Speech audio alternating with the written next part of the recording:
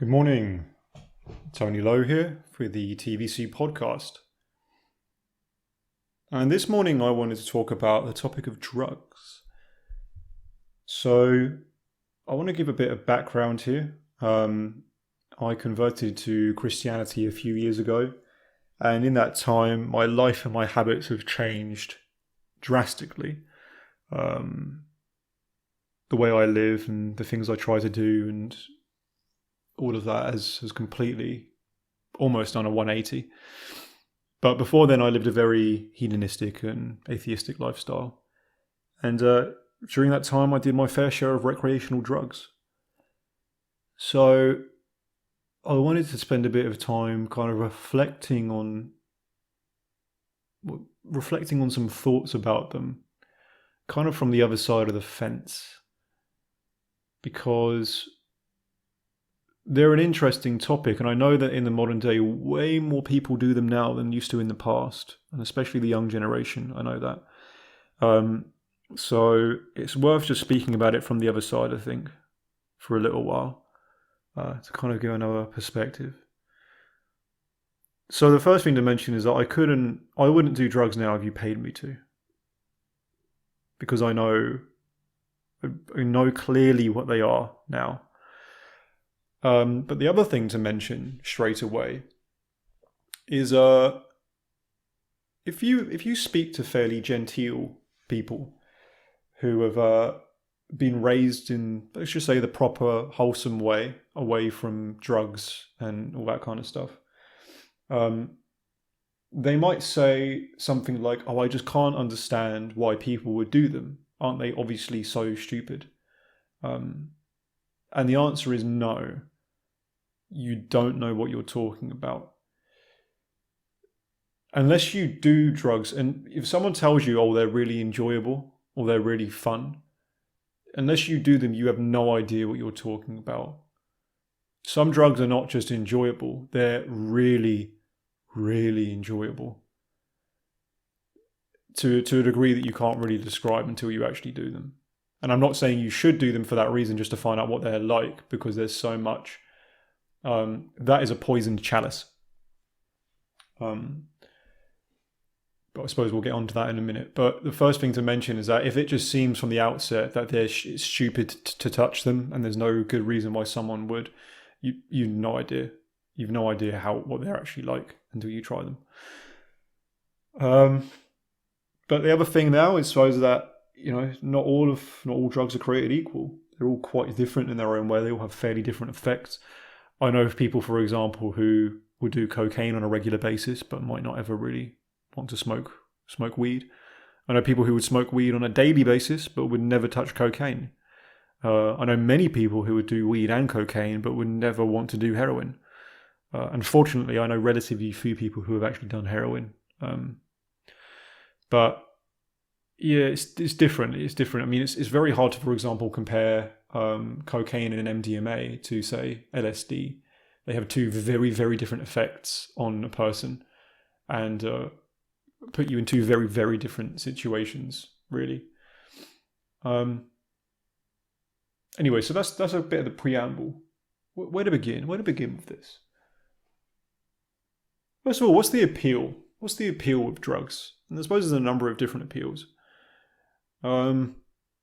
First of all, it has to be said, a lot of people get introduced to drugs when they're quite young, so maybe in their mid-teens to late teens, early adulthood.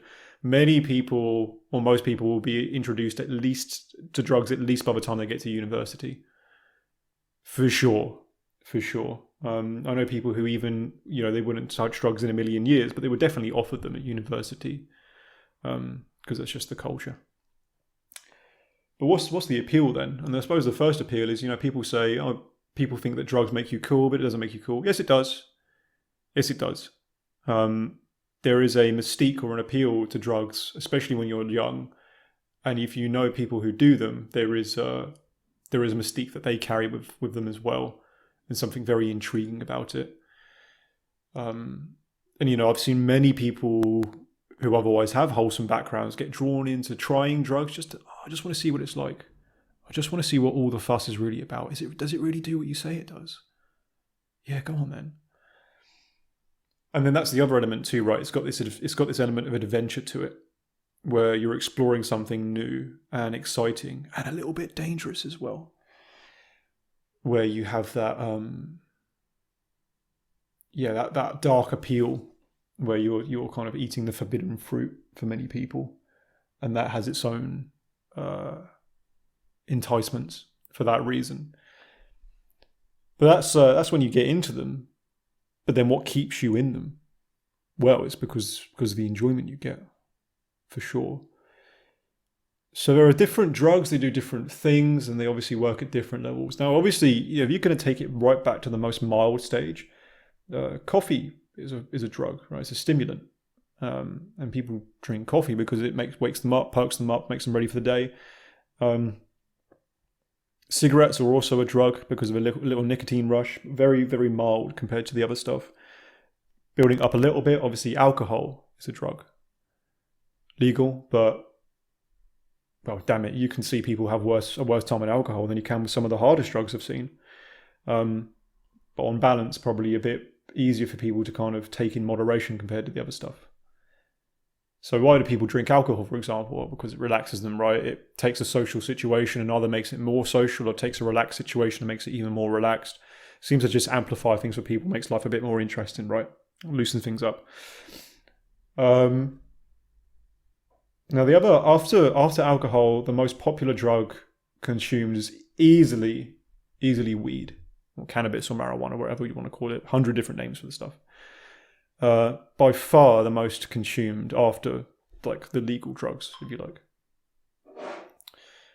And there are a bunch of different reasons why people smoke weed. What I've seen is it takes an otherwise boring life and makes it slightly more interesting. Adds a little bit of coloration around things.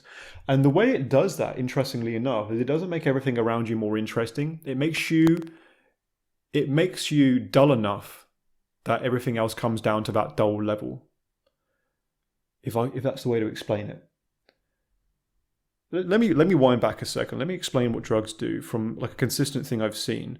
They obviously don't change the world around you. They change and shape your perceptive framework so that the way you receive information and sense data is changed. And not only that, because actually your processing powers, like the way you actually think and stuff, changes as well. So it's not just about the stuff coming in, it's also about how you organize it and that kind of stuff. So what a lot of these drugs do is they take the input and they shape it or amplify it in some way so that otherwise boring things become really interesting. And for that reason, you can take a boring life or a mundane situation, smoke a bit of weed, and suddenly the whole thing becomes much more enjoyable. You know, in the opening stages, you don't get this usually after you smoke weed for multiple years, but if you smoke it for the first couple of times, you'll get what's called the giggles, for example. And the giggles is where you'll take, like, someone will say something really stupid, like, I've got a slice of bread. And for some profound reason, that will be the most funny thing you've ever heard.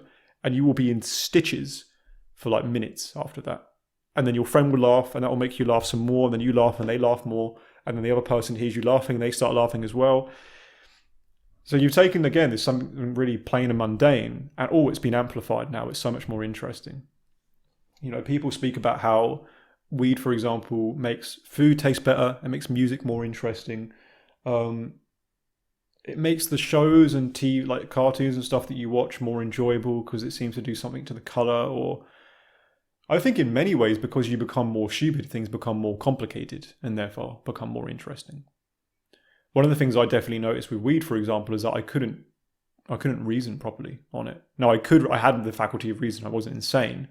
But, you know, if I was going to try and think through like a philosophical concept or like try and formulate an argument, it was like I'd been slowed way down so that I had to really, really try to think about things.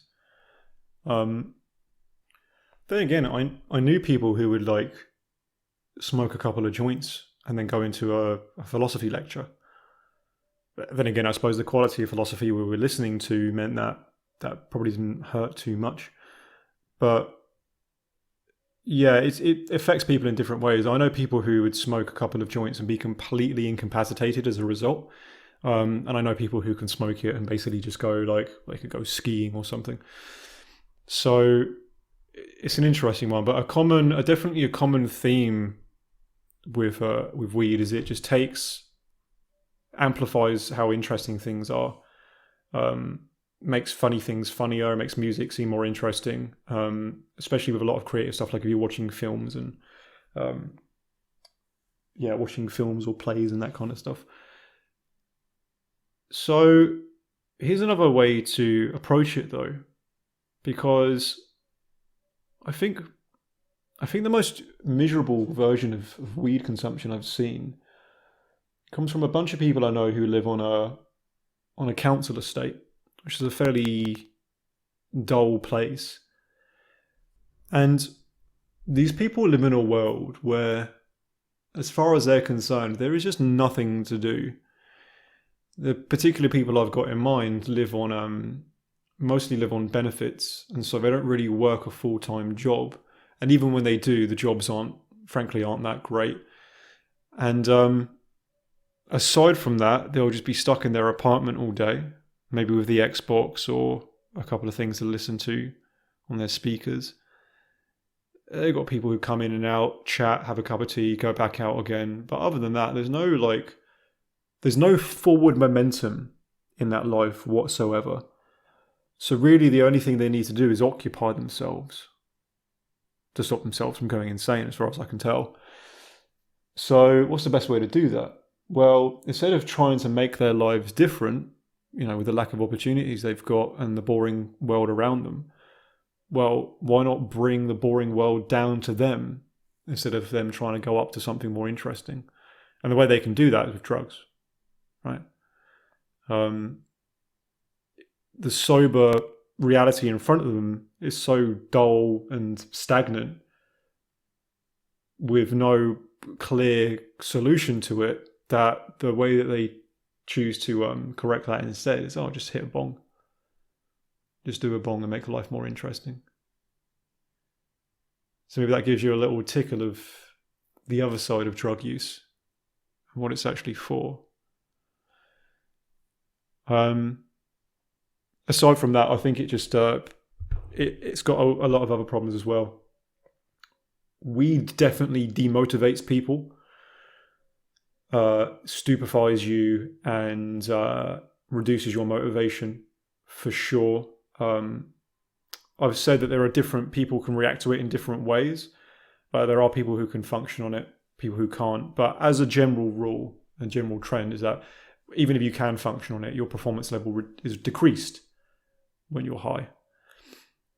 And so that takes away a lot of your forward momentum in life. Your motivation is reduced and you're stupefied and sedated, basically. It's kind of like a version of waking sedation, being high on weed.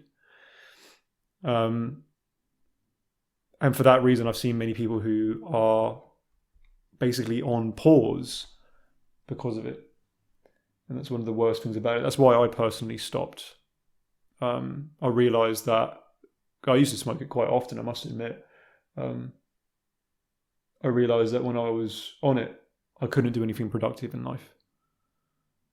I wasn't pursuing my work properly. I wasn't even doing the creative stuff I wanted to do properly, whether it be writing or music or whatever. I couldn't really do any of this stuff properly while I was high. So it had to go, because it was really stopping my life from being what it needed to be. There are other potential problems with it as well. It can lead people to develop things like paranoia and psychosis, or it just adds to the psychosis they've already got. There's a lot of controversy about that, about whether it actually causes psychosis or whether it actually acts as a kind of ignition for it. But it's definitely something to tread around. And I know for sure that because of the black market and the way that it works, people are splicing weed more and more so that the potency becomes higher. So you've got two elements of weed from what I can understand. You've got the potency part, which makes you high, which is the THC, and then you've got the relaxant part, which is the CBD, which basically anchors you down and makes you relaxed. Now, what they're trying to do on the black market is because they want to sell stronger and stronger weed, they up the THC, but they don't allow the counterbalance to work as well, then what does that all actually mean? Well, it means you get a stronger high, but it's way more uncomfortable. And so as a result, the weed that they sell now compared to what it was in the past is increasingly more uncomfortable. It increasingly gives you things like paranoia and uncertainty, and overall just makes you uneasy. So there's that to consider as well. The actual chemical nature of the stuff is getting worse too. So that's weed, really. There's always more to say, but that's a fairly broad sweep.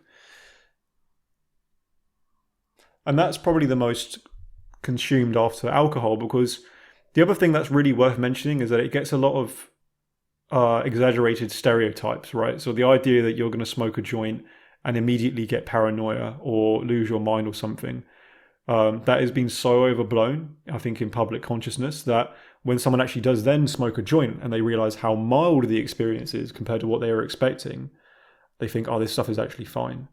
But the downside there is that because of the initial lie, they buy into it more and then don't actually realize the long-term negative effects that's happening until they've already invested the long-term into it. But then to be fair, I think it's of all the drugs, it's fairly easy to, well, no, it's not. I was going to say it's easy to jump in and out of, but there are many people I know who are very, very much ensconced in a lifestyle built around smoking weed. So that's not really true either. So anyway, that's that. What else? MDMA is another big one that comes to mind, or ecstasy. Usually something that people start using when they get into the party life, right? So probably not before the age of like 17 or 18. 17, fairly early.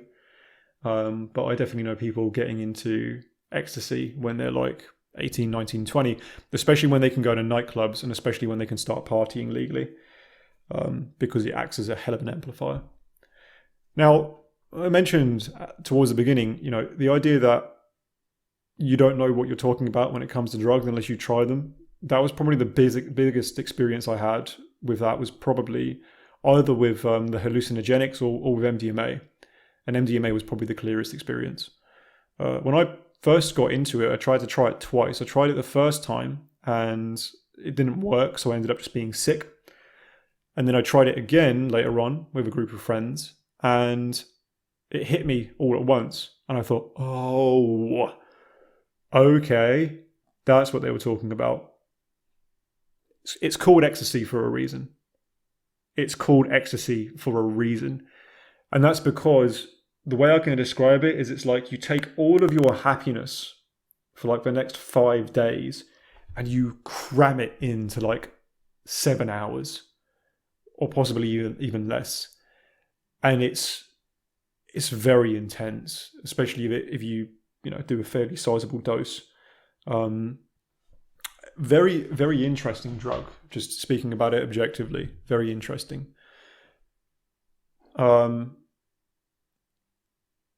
Because it makes you, it's basically like happiness in a pill. And like not just happiness, but like excitement, exuberance, high energy level, like you're just overflowing with energy when you take it as well. And that's obviously what makes it a perfect nightclub drug, because if the whole thing for you to do all night is just to go around, be with people, dance, then yeah, ecstasy will be flowing for that reason.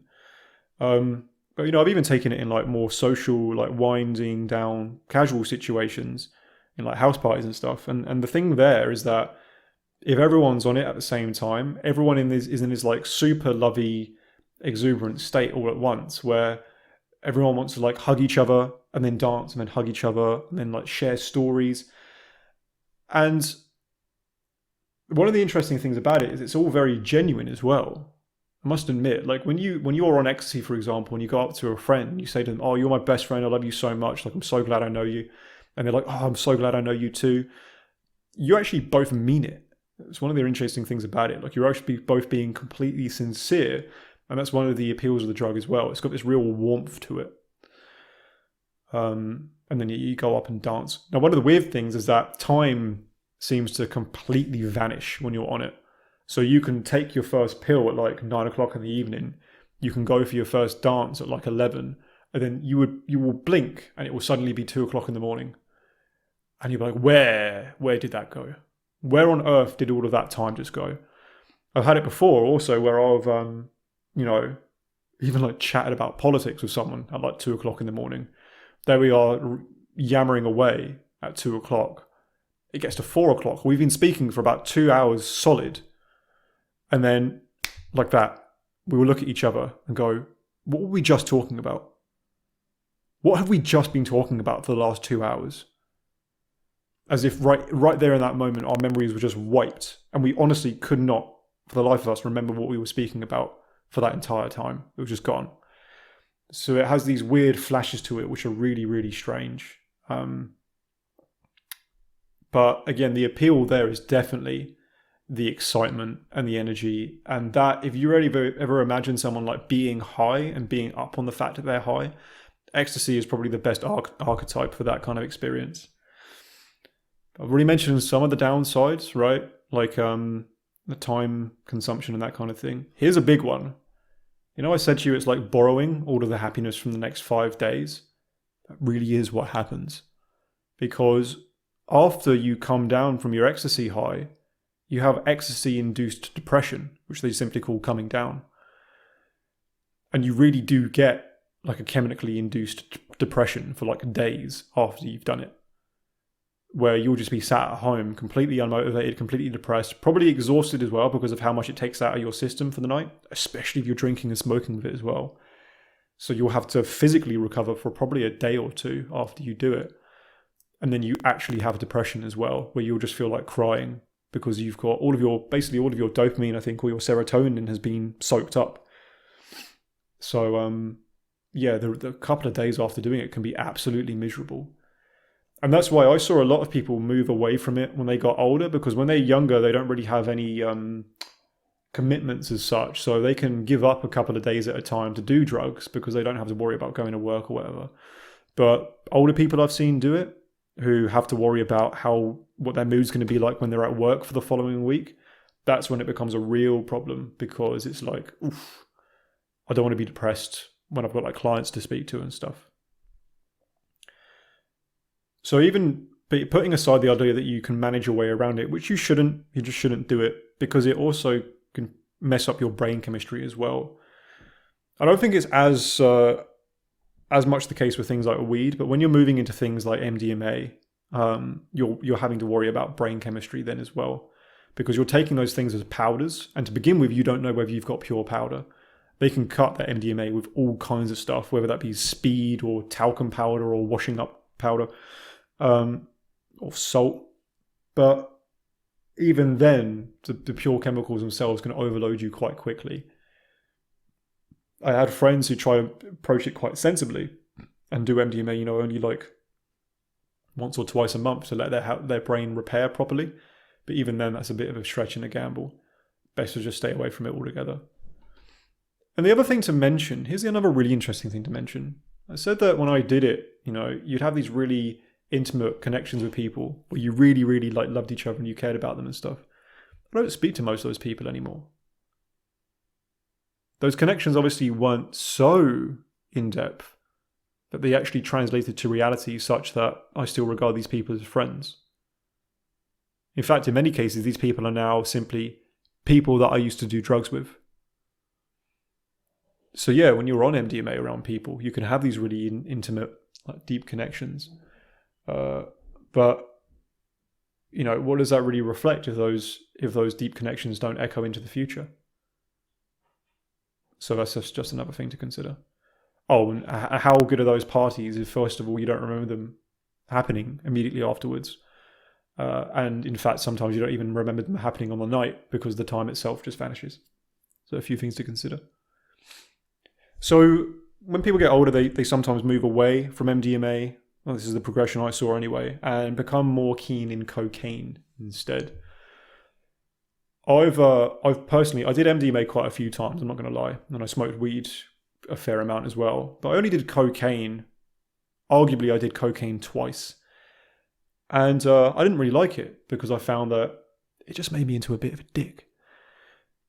It's in many ways, it's very analogous to MDMA because it hits a lot of the same notes. It gives you a lot of energy, it perks you up, it makes you more attentive. Just adds a bit of spice is what I can say. It really like adds a bit of fuel to the fire. Makes people more confident as well. So those are the main kind of appeals. And I think it obviously just gives a dopamine rush as well. It gives you a real dopamine spike. Oh, it feels good. It feels good to be high on cocaine. But, and I know people move towards it because it's got less of the side effects that MDMA has.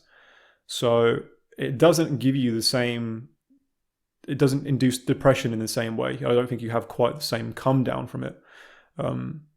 In fact, I know people who would say they want to do cocaine simply because the come down is cleaner. And in fact, it stops them from feeling quite as... Another reason why people do it is because if they're drunk and they're drinking a lot in an evening, so they're like 8 beers in, they'll do some cocaine and it actually feels like it sobers them up, which is quite interesting. But it's definitely got its own problems as well. Certainly addictive. Again, there's a brain chemistry thing that you've got to worry about, where not only does the cocaine itself smoke and mess with your dopamine receptors, but you don't know what those chemicals are doing to your brain chemistry at a basic level. And again, that's assuming you're getting clear-cut cocaine. You're not, absolutely not, unless you're absolutely rolling in money and you know the right people to get it from. That cocaine you're taking is cut with speed, salt, washing powder, all the other stuff again, right? You're having some kind of horrendous concoction there. And one of the reasons why cocaine I thought was personally unappealing is because it doesn't make people into nice people. MDMA had that appeal to it. It had this warmth to it where it makes everyone into these magical social pixies. Whereas cocaine, I was at parties where everyone else was on cocaine except for me. And there would just be these parallel ships sailing directly past each other in terms of conversation. You have the first guy who is just talking at someone and he was saying all of the things that he thinks are really important and interesting about him and his life and what he thinks. And the other guy, instead of listening, was doing exactly the same thing. He would obviously be a bit quiet to let the other guy speak, to give the semblance of listening. But then when that was done, he would just say all of his opinions as well. It has this real, toxic solipsism to it, which I really don't like. I really didn't like to see. And you can speak to someone when they're on cocaine and you think there's this respectful rapport, and then it clicks at some point where it's like, well, dude, you actually just don't care at all, do you? You're not actually in this conversation. You're in your own head and you're just waiting to let your ego out. So that's another element of cocaine. It has this real egotistical element to it, which is quite pernicious, I think. And it has more of an aggressive nature to it too. So I think in terms of what it actually does to people's personalities, it's quite bad, for sure. Now, that's cocaine. Those are the stimulants, right? So you've got different classes of drugs. You've got depressants, stimulants, and you've also obviously got your hallucinogenics as well. Now, they're a different kettle of fish, for sure. You can make analogous connections between, say, ecstasy and cocaine, and speed as well, which is probably the dirtier version of the two. There are other things as well. But then you move on to things like magic mushrooms and LSD. And now you're working in a completely different ball game, in a completely different area. Because the experience you get from an LSD trip is way different from just doing cocaine. Now, to complicate matters further, you can mix them, right? There's nothing actually stopping you from doing LSD and then doing a line of cocaine. I personally there have been times when I've mixed MDMA and LSD. And that is simply just, you mix the two highs together. But if you just take LSD by itself, what is there to say about that? Firstly, it doesn't make you hallucinate in the way that people might otherwise say it does. So when I first did LSD, I got the impression that I would be seeing things that weren't actually there at all. as if I was like walking through a living dream. So I thought I would take it, and then I would see like elephants falling out of the sky, and like just apparitions appearing in front of me and this kind of stuff. That's not what happened to me, which is worth emphasizing because I know it affects people differently, in quite drastic ways sometimes. But what I got instead is it was almost like, let me put it this way. Let's say, for example, that you're looking at a cloud and you think, wow, if I use my imagination, I could picture that cloud being like the face of a dog, right? So it's like you have the image in front of you, and then if you actively, willfully engage your imagination, you could use your mind's eye to see that image in a different way, right? With LSD, it was almost like that process was happening automatically. There was no gap between I'm looking at this and then I'm using my imagination. It was like, no, your imagination is already making that image for you. So when you looked at the cloud, it literally looked like the face of a dog, right? With no extra work on your part. And because everything is working in that way, then the whole world around you completely changes. Well, not completely, but it changes, right? One of the clearest examples I had of that was I was in a field and I walked past a couple of hay bales. And because of how the hay bales looked, it looked like the hay was like the hair of a human being. And so as I walked past the hay bale literally looked like an animation where it was like two women tumbling over each other and the hay was their hair. So that was an example of where the physical thing was literally there, right? The hay bale was literally there in front of me, but my mind was making that into something else in terms of the image. And other really crazy stuff that I've seen. One thing I saw was a poster which was just a circle with some like concentric lines within it, and when you'd walk past it, it would just look like a series of rings. When you were sober, I mean, when you walk past it, it looked like a series of rings. But someone had obviously designed this poster for people who would be tripping. So when I walked past it again whilst I was high on LSD, that series of circles literally looked like an endless tunnel, as if you could like put your hand through it. But then obviously when you touch it, your hand would just hit a flat surface. So that's okay. So there's actually a bunch of different things that are happening there. That's what it does on the visual surface, and it does things auditorially as well. Like sometimes you'll hear things that are not there, or it will change the sound of things. When I was listening to music, for example, it almost sounded like the music was fourth dimensional. Like if I was listening to a band, it might sound like the band was literally in the room with me, like the drum kit was literally in front of me whilst I was hearing the beats being played. But that's like the sense data part of it. But then there's like the information processing as well. The best way I can explain this is like so. They say, this isn't true, but they say that your conscious attention only processes like 5% of your actual mind, right? So it's like an iceberg.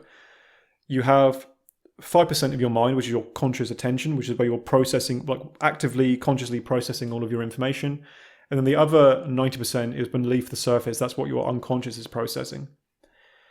Now, when you're on LSD, it's almost as if you still have that 5% ribbon of processing power, but suddenly like 40% of that iceberg is brought to the surface, and you have like 40%, like you have like 10 times as many thoughts, but you still have a limited amount of process power.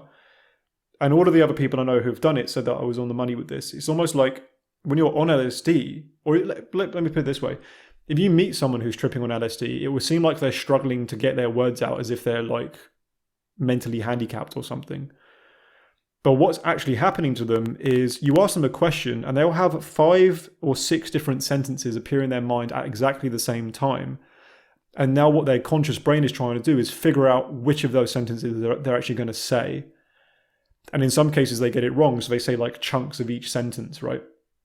But in terms of what's going on internally, that person is actually having like 100 thoughts at the same time.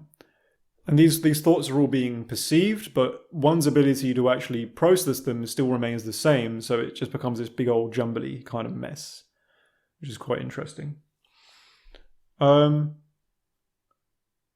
for that reason, people will think that they gain insights when they're on LSD that don't actually translate to reality. That's one of the biggest points I would make to someone who considered taking it. They're going to think, they might think that they're going to learn something about life. And a lot of people who do LSD think that they learn something about life from doing it. And that's not just LSD, it's the other hallucinogenics as well. But really, if you apply your reason to it, you don't. Not really. I think what happens instead is you become so overwhelmed with like connections between things and the kind of connections that your mind makes that it strikes you as something very profound just because of how overwhelming it is. But then if you take the time to sit back calmly in your armchair when you've sobered up and think, what did I actually learn and why? I think you'll see quite clearly that you didn't actually learn anything. Not really. You do learn something from LSD, and I can't deny that. And what you certainly learn is you learn something about the human powers of perception. Because, like I kind of alluded to already with how things look and can appear when you're on it, it is quite interesting to realize what your mind can do with perception, how that can make the world look. It's almost like you're finding all of these. If your mind was like a bank of video editing software, it's like you're finding all of these special effects that you didn't realize existed on there. And there are other things too. Like when I've done it, I definitely had a mild experience of what you could call telepathy, which is really kind of what's the right word? Numinous, really quite numinous. But there was definitely a touch of that in there. And here's another example. I would just be eating a packet of crisps, and you would see fractal patterns in almost everything if you paid enough attention to it. So whilst you're walking around, you might not see them as clearly, but if I stopped to eat a packet of crisps, I would look at the crisp really intently, and I would find these infinite, complex, deep patterns upon patterns within the surface of the crisp, as if I was seeing everything in like its most minute detail, as more detail than I'd ever seen before. But again, I think it's all a bit of a red herring, because you look at that, and while you're on it, you think, oh, this is how reality actually really looks. But then if you come back out of it, you think, but is it actually how reality really looks? Or is there something else going on there? Is that just something that's happening to my perceptive powers? And you've got to be very wary of that.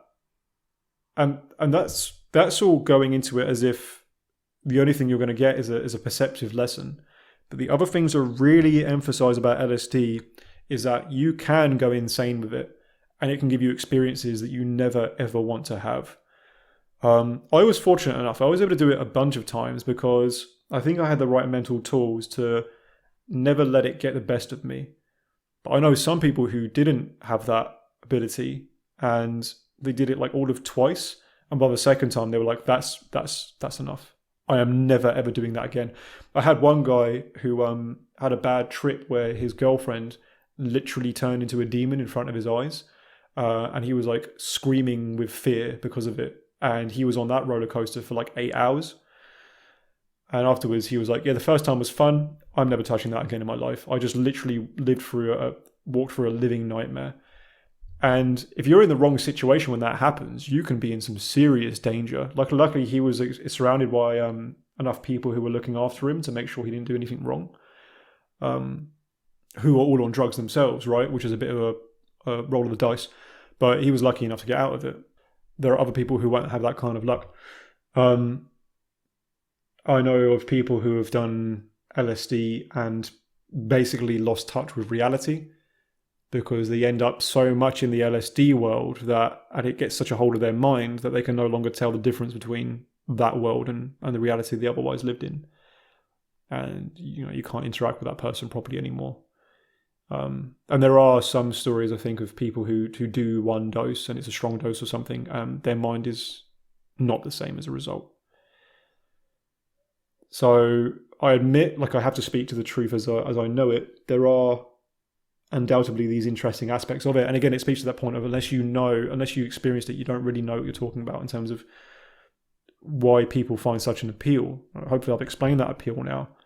But do not touch the stuff, because it's opening up to a world that, unless you're lucky, you might not be ready for. And really you have no business going into anyway, because when all's said and done, there's nothing in life that requires us to do these things. There's no life that can't be lived perfectly that also requires drugs as well. One of the myths we're sold, especially in the modern day, that a life well lived is one full of as much novelty and experience as possible. And for that reason, drugs obviously gain their appeal. No, a life properly lived is a life, well, in love and service of God. Or even if you don't believe in God, at least just, it's a life lived in service of the moral good. And there's nothing in the moral good that requires us to do drugs at all. So there's that. That was LSD. Other interesting ones were, magic mushrooms is another example. Basically a similar kind of thing, but just toned down a bit. Mushrooms tend to be weaker than LSD, and their duration is much shorter. When you do LSD, you've bought yourself a ticket for something that's going to last at least 8 to 10 hours. Whereas if you do magic mushrooms, for example, you might only be on that for 2 or 3 hours. But the other thing there is, again, I think it gives people a sense of wisdom, which isn't actually true. An example that just came to mind there is, I know of a story of a guy who did loads of magic mushrooms, and apparently he met people like Buddha, Jesus, and Muhammad, like all at the same time. And they all just told him to basically do what he felt like.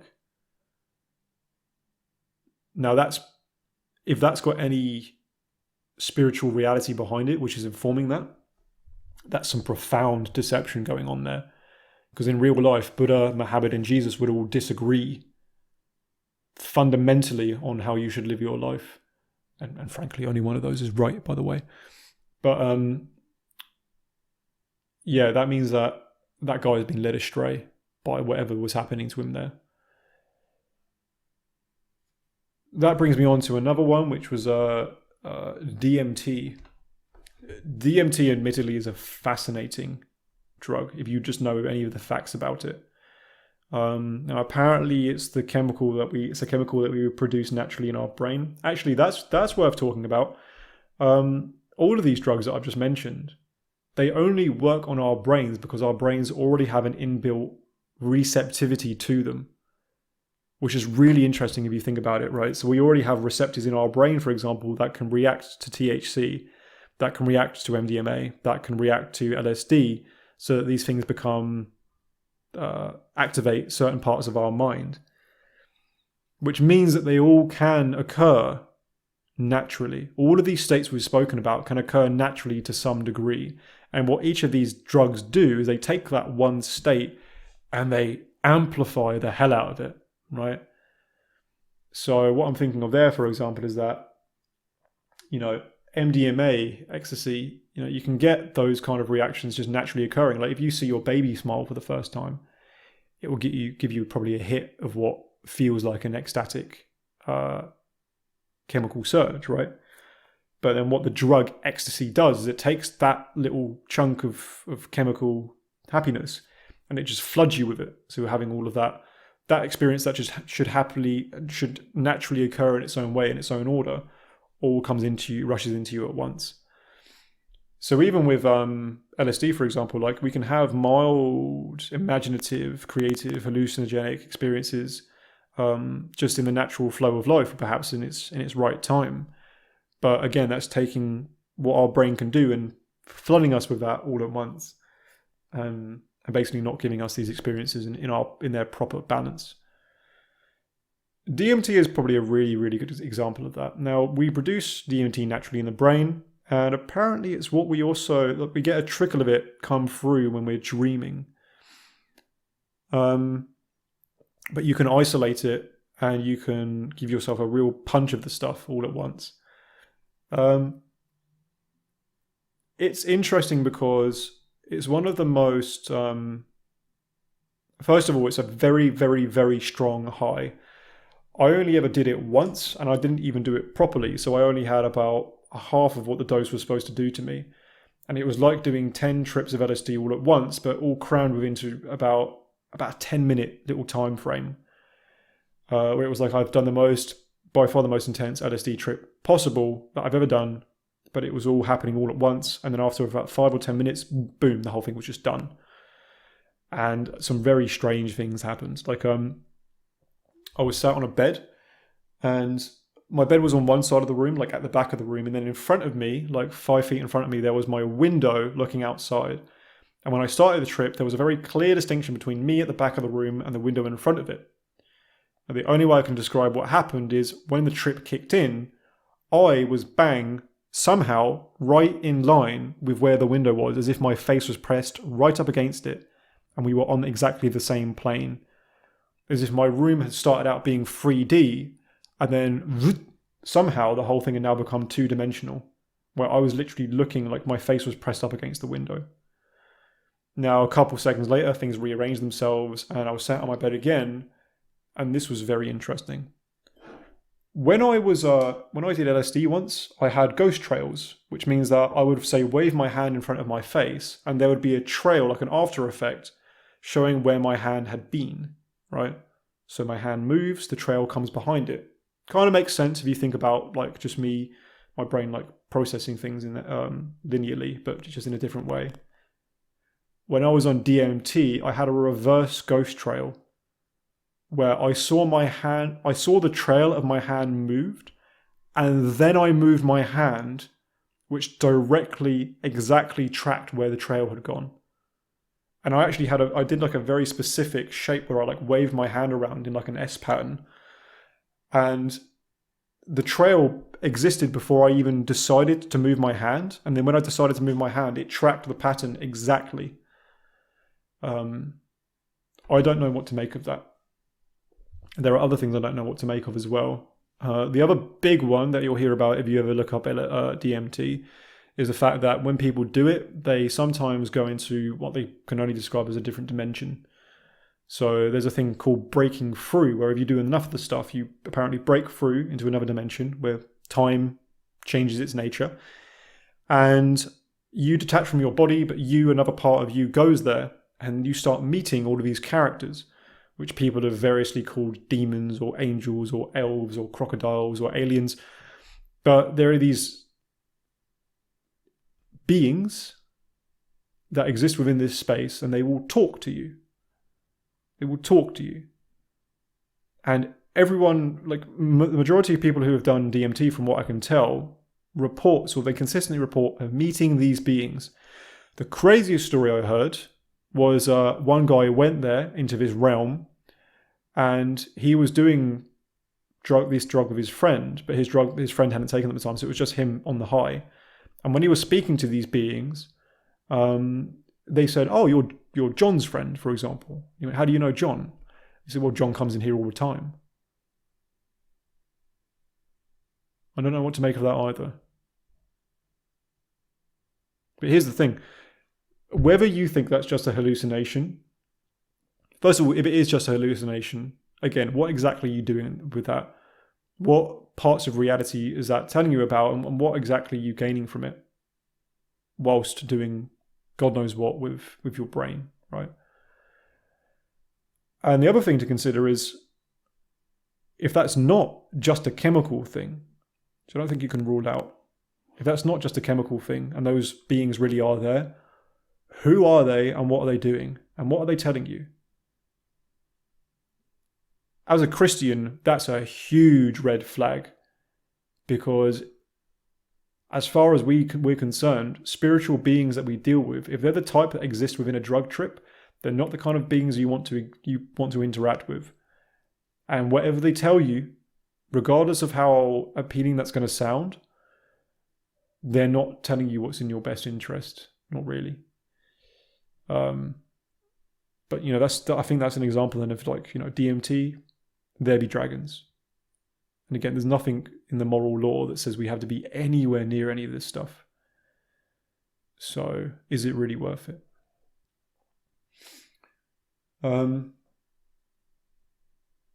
So I suppose that, I'm going on for this has been quite a long episode, but that's my brief kind of tour of the drug world.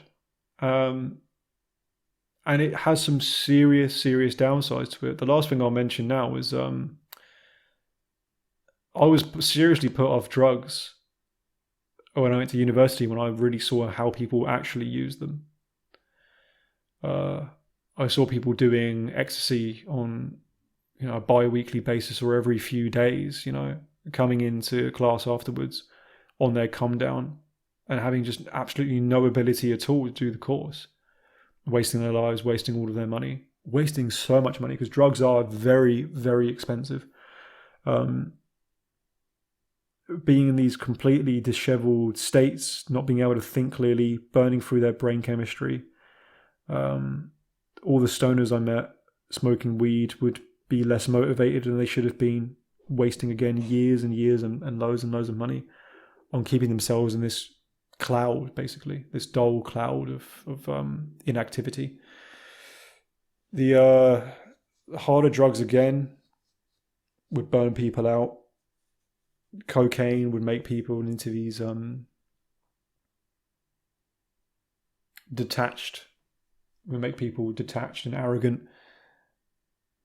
I mean, one of the worst examples I saw of that was a girl I knew who I visited her and her flatmates, and she used to do NOS balloons. NOS balloons are a different drug. They're just basically nitrous oxide, laughing gas, and you would huff like 2 canisters of that, basically starve your brain of oxygen, and it'll give you like this mad rush for like a couple of seconds. And she used to be a cocaine dealer, but she'd run out of cocaine for the evening. So what she did to compensate for the lack of cocaine is she actually had an entire box of NOS balloons and NOS canisters, and me and my friend were just sat there playing like a video game, and she just sat there in front of us while we were playing it and proceeded to consume the entire box of NOS canisters, which is insane. She just sat there, again, second one, as if she was like drinking, like eating like a packet of chocolate or something. And then she did the whole box. And then after that, she went, I'm bored now, I'm going to get myself a couple of beers. What a way to live, eh? What a way to live. It creates these fake veneer of interactions between people. And you have to consider some of the times, people who do drugs, what would their lives and relationships be like if they didn't do drugs at all? What if they didn't do drugs with the people they do drugs with? Would they still be as close? Would they still even be friends? If they didn't have the drugs in their life, would they be completely empty and miserable? And if so, what are the drugs hiding from them? Because the thing is, if you would be miserable without the drugs, and you're using that to hide something, then really what should happen is you should sober up and solve that problem and find the meaning and the purpose you need in life. And you should fight the dragons and not rely on drugs to hide them from you. Because even if they're hidden in that sense, they're still eating away at your soul. So that's another reason why drugs are so bad. So yeah, they're certainly interesting. They're certainly interesting and they're very enjoyable. You have to realize that. If you don't think drugs are enjoyable, you don't understand why people would do them, you do not know what you're talking about.